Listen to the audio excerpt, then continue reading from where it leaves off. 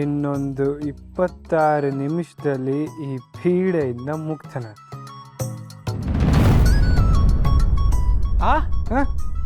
ಏನಪ್ಪ? ಏನೂ ಇಲ್ಲ ಅಂಕಲ್, ಹೆಂಗಿದ್ರು ಬಿಟ್ಟು ಬಂದಿದ್ದೀರಾ, ಹೋಗಿ ಸ್ವಲ್ಪ ಬಿಟ್ಕೊಳ್ಳಿ, ಎಂಜಾಯ್ ಮಾಡಿ. ಹೋಗಿ ಹೋಗಿ. ಓಕೆ ಓಕೆ, ಬರ್ಲಾ? ಅದಿ ಯಾಕೆ ಹೀಗೆ ಮಾಡ್ತಿದ್ಯಾ ಅದಿ? ಇದರಿಂದ ಯಾರಿಗೂ ಒಳ್ಳೇದಾಗಲ್ಲ. ನನಗೆ ಒಳ್ಳೇದು ಕಣೆ. ಅದಿ ಪ್ಲೀಸ್ ಅದಿ, ನಾನು ನೀನು ಹೇಳ್ದಂಗೆಲ್ಲ ಕೇಳ್ತೀನಿ. ನಾನು ಮನೆ ಬಿಟ್ಟು ಹೋಗ್ಬೇಕಾ? ನಾನು ಹೋಗ್ತೀನಿ. ಪ್ಲೀಸ್ ಎಲ್ರೂ ಮುಂದೆ ಈ ಥರ ಮಾಡಬೇಡ ಅದಿ, ನನ್ನ ಮಾತು ಕೇಳು. ಹಾಯ್ ಅಂಕಲ್, ಕರೆದ್ರಾ? ಬಂದೆ. ಅದಿ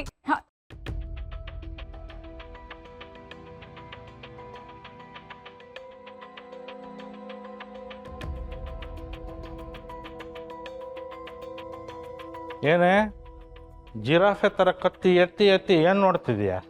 ನಮ್ಮ ಲಕ್ಷ್ಮಿ ನೋಡ್ರಿ, ಅಷ್ಟೊತ್ತಿಂದ ಆದಿ ಹಿಂದೆನೇ ಹೋಗ್ತಿದ್ದಾಳೆ.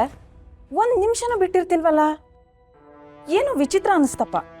ಹೆಂಡ್ತಿ ಅಂದರೆ ಹಾಗೆ ಇರಬೇಕು ಕಣೆ. ಭೂಮಿ ಸುತ್ತ ಸುತ್ತ ಚಂದ್ರ ಇದ್ದಂಗೆ ಇರಬೇಕು. ನೀನಂಗೆ ಶನಿ ಥರ ಆಡಬಾರ್ದು. ಹೆಂಗಿದ್ದಾರೆ ಮೈಗೆ? ಆಗಲೇ ಹೊಟ್ಟೆಗೆ ಎಣ್ಣೆ ಇಳಿದಿದೆ ಅಂತ ಗೊತ್ತು. ಸುಮ್ಮನೆ ಇರಲಿಲ್ಲ ಅಂದ್ರೆ ಚಳಿ ಬಿಡಿಸ್ಬಿಡ್ತೀನಿ ಅಷ್ಟೇ.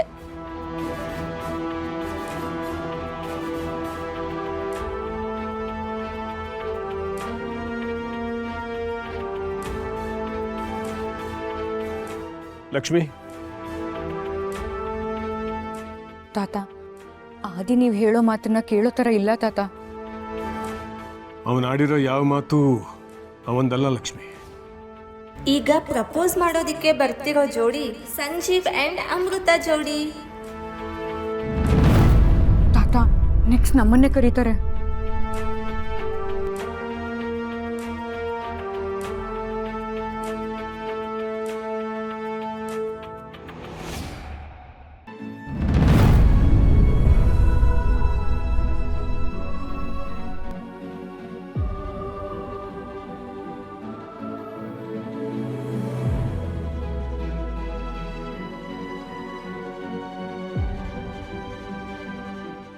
ರೀಸೆಂಟ್ಲಿ ಮ್ಯಾರಿಡ್ ಕಪಲ್ ನನ್ನ ಅಕ್ಕ ಅಮೃತ ಹಾಗೂ ಸಂಜೀವ್ ಅವರು ಸ್ಟೇಜ್ ಮೇಲೆ ಬರಬೇಕು.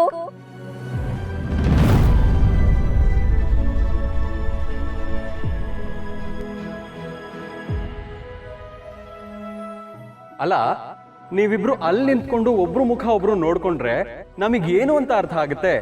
ನಿಮ್ ಮನ್ಸಲ್ಲಿ ಏನಿದೆ ಅಂತ ಇಲ್ಲಿ ಎಲ್ಲರಿಗೂ ಗೊತ್ತಾಗ್ಬೇಕು ತಾನೆ. ಅಮ್ಮು, ಸಂಜೀವ್ ಬಾಬಾ, ಬನ್ನಿ ಬನ್ನಿ ಬನ್ನಿ, ಸ್ಟೇಜ್ ಮೇಲೆ ಬನ್ನಿ. ಅಮ್ಮ, ನಾವೆಲ್ಲ ಕಾಯ್ಕೊಂಡಿರೋ ಒಂದು ಇಂಪಾರ್ಟೆಂಟ್ ಸೀನ್ ಬಂತು ಕಣ. ಅವನಿಗೆ ಬೇರೆ ಸೂಟು ಬೂಟು ಎಲ್ಲ ಕೊಡಿಸಿ ಕರ್ಕೊಂಡು ಬಂದಿದ್ದಾಳೆ. ಈಗ ಏನಾದರೂ ಅವನು ಒಪ್ಕೊಂಡ್ರೆ ವಿಮಲಾ ಎದೆ ಹೊಡ್ಕೊಳ್ತಾಳೆ.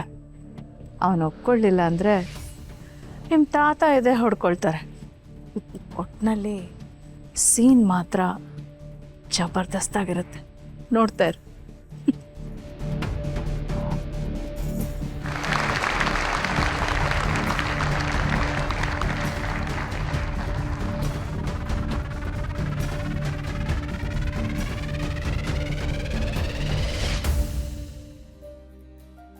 ಅಮೃತ ಅವರೇ, ಮದುವೆ ಆದಾಗಲಿಂದ ನಾನು ಅವ್ರನ್ನ ಕರೆಯೋದು ಹಾಗೆ, ಅಮೃತ ಅವರೇ ಅಂತ. ಇಲ್ಲಿ ಬಂದಿರೋ ಎಲ್ಲರಿಗೂ ನಮ್ದು ಅರೇಂಜ್ ಮ್ಯಾರೇಜ್ ಅಂತ ಗೊತ್ತು. ಆದರೆ ನಿಮ್ಗೆ ಯಾರಿಗೂ ಗೊತ್ತಿಲ್ಲದಿರೋ ಒಂದು ಸತ್ಯ ಇವತ್ತು ನಾನು ನಿಮ್ಗೆ ಹೇಳ್ತೀನಿ. ನಮ್ಮಿಬ್ಬರದು ಅರೇಂಜ್ ಮ್ಯಾರೇಜ್ ಅಲ್ಲ, ಲವ್ ಮ್ಯಾರೇಜ್.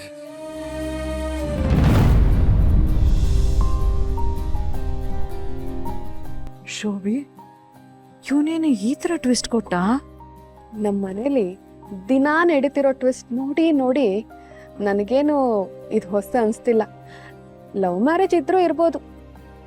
ನನ್ನ ಲವ್ ಸ್ಟೋರಿ ಇವತ್ತು ಶುರು ಆಗಿದ್ದ, ನನ್ನ ಚಿಕ್ಕ ವಯಸ್ಸಲ್ಲಿ ಶುರು ಆಗಿದೆ.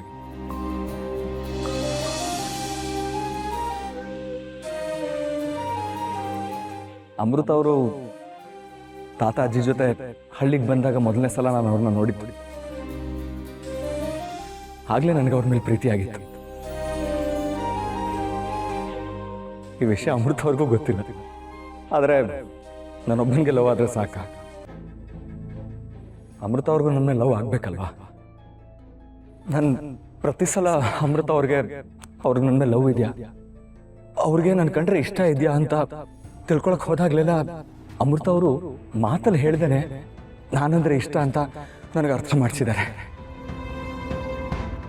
ಇದುವರೆಗೂ ಅವ್ರು ನನ್ನನ್ನು ಎಲ್ಲೂ ಯಾರ ಮುಂದೆನೂ ಬಿಟ್ಕೊಟ್ಟಿಲ್ಲ. ಇಷ್ಟು ದೊಡ್ಡ ಶ್ರೀಮಂತರ ಮನೇಲಿ ಹುಟ್ಟಿದ್ರು ಕೂಡ ಈ ಬಡ ಮೇಷ್ಟ್ರ ಮನೇಲಿ ಪ್ರೀತಿಯಿಂದ ಹೊಂದ್ಕೊಂಡಿದ್ದಾರೆ. ಅಮೃತ ಅವ್ರು ನನ್ನ ಲೈಫಲ್ಲಿ ಬಂದಿದ್ದಕ್ಕೆ ನಾನು ಎಷ್ಟು ಥ್ಯಾಂಕ್ಸ್ ಹೇಳಿದ್ರು ಕಡಿಮೆನೆ. ಅಮೃತ ಅವ್ರ ಜೊತೆ ಕಳೆಯೋ ಒಂದೊಂದು ದಿನಾನೂ ನನಗೆ ಒಂದೊಂದು ವರ್ಷ ಬದುಕಿದಷ್ಟು ಸಂತೋಷ ಕೊಡ್ತಾ ಇದೆ. ನಾನು ಅಮೃತ ಅವ್ರ ಜೊತೆ ಕೇವಲ 6 ತಿಂಗಳು ಬದುಕಿದ್ರೆ, 6 ತಿಂಗಳು ಅಂತಂದ್ರೆ 182.5 ವರ್ಷ. ಅದೇ ನಾನು ಅವ್ರ ಜೊತೆ 60 ವರ್ಷ ಬದುಕಿದ್ರೆ 29,915 ವರ್ಷ. ನಮ್ಮಿಬ್ಬರನ್ನ ಬಿಟ್ರೆ ಇಡೀ ಜಗತ್ತಲ್ಲಿ ಯಾವ ಜೋಡಿನೂ ಇಷ್ಟು ವರ್ಷ ಬದುಕಕ್ಕೆ ಸಾಧ್ಯನೇ ಇಲ್ಲ.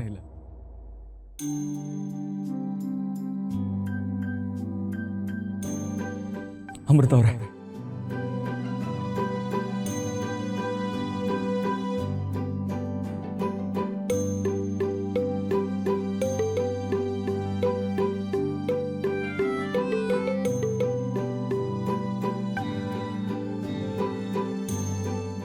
I love you.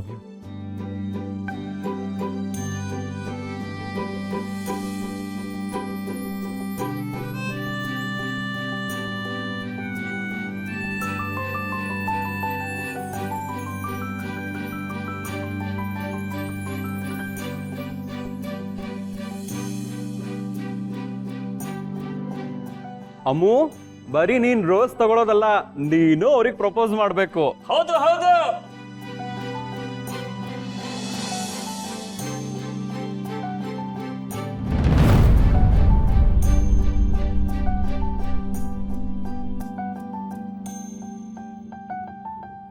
ವಾಪಸ್ ಪ್ರಪೋಸ್ ಮಾಡ್ತಾಳೇನೆ?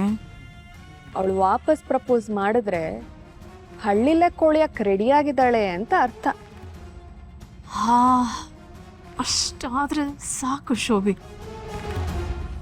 ನನ್ನ ತಂಗಿನ ಜೀವನ ಪೂರ್ತಿ ಉರ್ಸೋದಕ್ಕೆ ಅಷ್ಟು ಸಾಕು ನನಗೆ.